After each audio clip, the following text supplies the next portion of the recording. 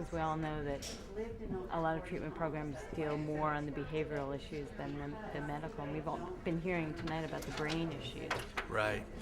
Well, the terrific thing is that they have been able to see where cognitive behavioral therapies and things of that sort have actually changed the physical structure of the brain.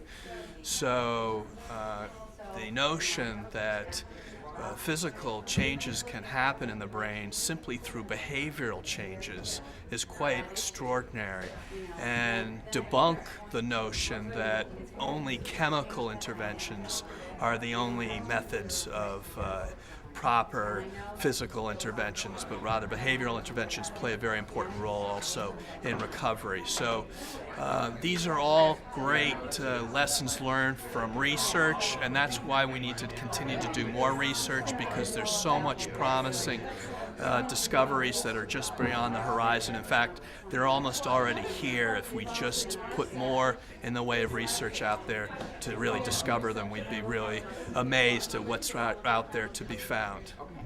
Great. Thank you. Yeah, just one quick question Sure, more. sure. Since this is for folks in recovery, is there Sure. something that people, the average person who's dealt with addiction issues, can do to help further bills like this? Yes, they can be. First of all, they should not be ashamed that they have a physical illness.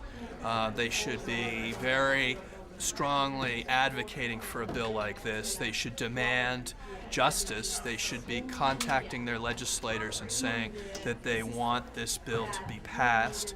So call up their local members of Congress and their local representatives and say that this is something they want to have passed. They also ought to join groups like Mental Health America and NAMI and other groups to petition for their own political activism, because it's political activism that's going to change the day and change attitudes as well.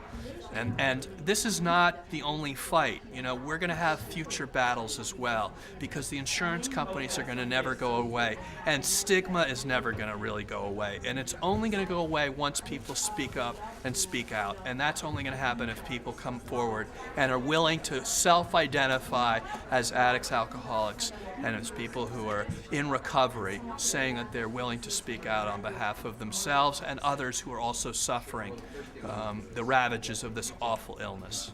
Right on. Thanks. All right, thank you. That's great.